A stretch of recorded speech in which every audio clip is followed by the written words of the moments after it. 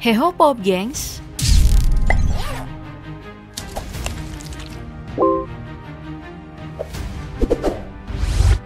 Awal tahun 2023, Jerman dan Amerika Serikat telah mengkonfirmasi kepada dunia bahwa mereka akan mengirim beberapa tank ke Ukraina untuk menunjukkan dukungan kepada pemerintah di Kiev.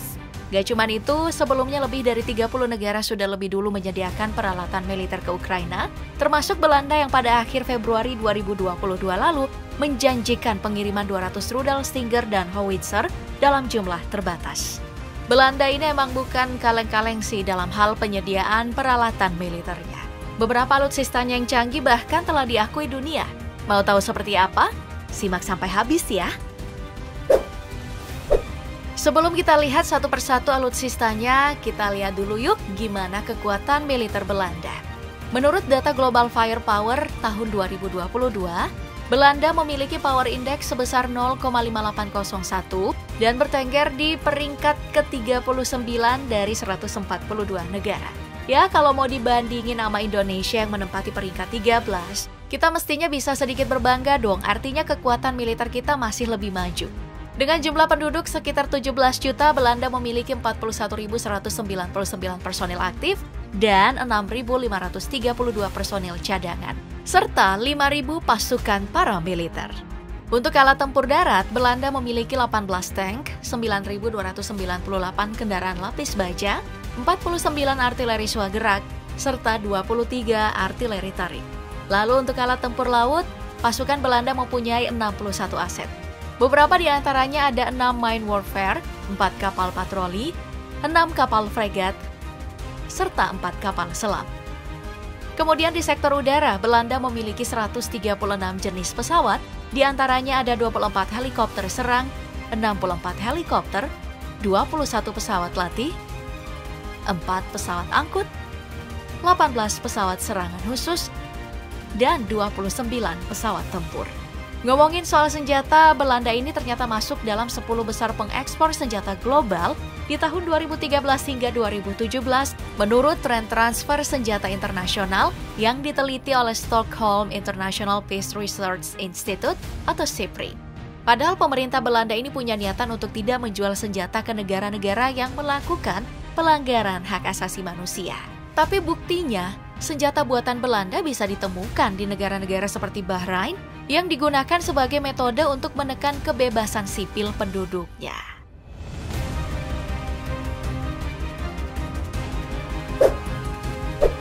Oke, yang pertama ada Boxer yang memiliki nama lain GTK alias Gepanzertes Transportkraftfahrzeuge. Ini adalah kendaraan tempur lapis baja multiperan buatan kerjasama Jerman dan Belanda yang dirancang untuk bisa menyelesaikan berbagai macam operasi dengan menggunakan modul misi yang bisa digonta-ganti. Boxer dilengkapi dengan berbagai persenjataan mulai dari senapan mesin ringan kaliber 7,62 mm di stasiun senjata jarak jauh hingga meriam 30 mm di menara. Sebagian besar Boxer juga dilengkapi dengan sistem kendali senjata jarak jauh untuk pertahanan diri, serta dilengkapi dengan protektor M151 RWS dengan senapan mesin berat kaliber 12,7 mm. Jadi, yang membuat kendaraan ini menjadi favorit karena ada banyak pilihan persenjataan yang ditawarkan. Boxer pertama kali diproduksi pada tahun 2009 dan terakhir diproduksi pada Juli 2018. Saat ini telah ada 200 Boxer yang dikirim ke beberapa negara seperti Lituania, Aljazair, Britania Raya, serta Slovenia sejak 2013 hingga 2018. Dan pada September 2022, Ukraina juga mengumumkan akan membeli 18 Boxer RCH-155 seharga 216 juta euro atau sekitar 3,5 triliun rupiah yang didanai dari bantuan Jerman.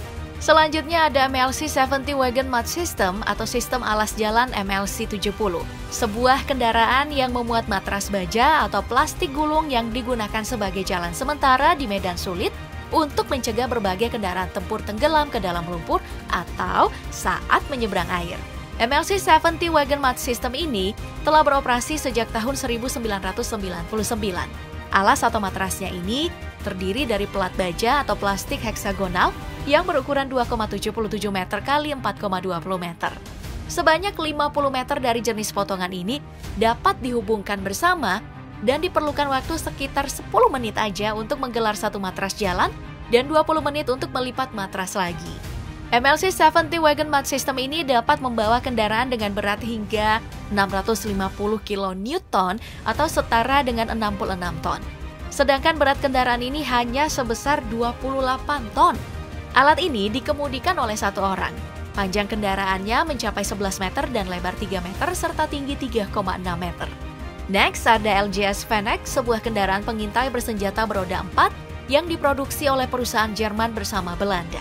Fennec ini memiliki mesin diesel Deutz yang menghasilkan 179 kW, memberikannya kecepatan tertinggi 115 km per jam.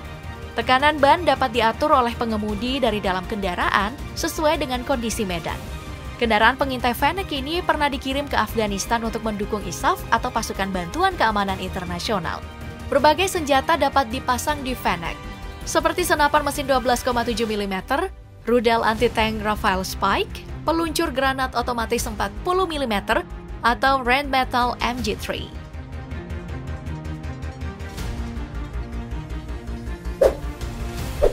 Dari alutsista darat, sekarang mari kita pindah ke alutsista laut. Soalnya perlindungan yang dilakukan oleh pihak militer kan bukan cuma di darat aja, tapi juga di laut yang menjadi salah satu perbatasan utama antar negara. Soalnya bisa aja kan jadi jalan masuk untuk serangan musuh. Alutsista andalan Belanda yang paling terkenal itu adalah kapal selam Walrus. Kapal selam ini telah beroperasi sejak tahun 1990 dan dijuluki Mamalia Laut. Iya, soalnya panjangnya aja 67 meter, hampir 3 kali dari panjang ikan paus biru. Kelebihan kapal selam ini adalah saat terendam. Kapal selam ini tidak bersuara sehingga sulit dideteksi oleh kapal, pesawat, dan kapal selam lainnya begitu mereka bersembunyi. Kapal selam ini telah ditugaskan dengan banyak operasi pengumpulan intelijen yang sangat rahasia setelah Perang Dingin. Bahkan saat ini banyak operasi diantaranya yang masih dirahasiakan. Operasi yang pernah terdeteksi adalah di Atlantik Utara, wilayah Yugoslavia, Mediterania, Teluk Persia di Iran dan Irak, dan Karibia, seringkali pun atas permintaan sekutu, termasuk Amerika Serikat. Pada Juni 2010, Belanda juga pernah setuju untuk mengerahkan satu kapal selam Walrus ini untuk membantu memerangi pembajakan di lepas pantai Somalia. Next, ada Frigate Karel Doorman Class. Nama kapal ini diambil dari nama seorang perwira Angkatan Laut Belanda, Karel Doorman, yang kapalnya dihantam torpedo Jepang dalam pertempuran di Laut Jawa pada tahun 1942. Dan akibatnya tenggelam bersama kapalnya. Proses pembuatan fregat Karel Doorman Class ini cukup lama, yaitu dimulai tahun 1985 hingga rampung di tahun 1995. Dari 8 unit, semuanya dioperasikan penuh oleh Angkatan Laut Belanda pada awalnya. Namun kemudian 6 unit Karel Doorman Class ini dijual kepada Belgia, Chili, dan Portugal. Bahkan, salah satu kapal berbobot 3.320 ton ini pernah berlayar ke Indonesia loh saat memeriahkan ajang Arung Samudra di tahun 1995. Kapal sepanjang 122 meter ini digerakkan oleh kombinasi 2 mesin turbin gas dan 2 mesin diesel sehingga dapat dipacu sampai kecepatan 30 knots. Makanya menjadi salah satu armada andalan NATO di tahun 90-an. Selain itu, kapal ini dilengkapi dengan berbagai senjata papan atas seperti rudal Hanut RIM-7, Sea Sparrow VLS, rudal anti kapal Boeing Harpoon, meriam oto melarah 76, Twin Mark 46 torpedo tubes, dan Keeper CIWS. Selain itu, fregat Karel Doorman Class ini juga dilengkapi hanggar dan dek yang dapat menampung helikopter sekelas Westland Lynx dan butuh 145 awak kapal untuk mengoperasikannya.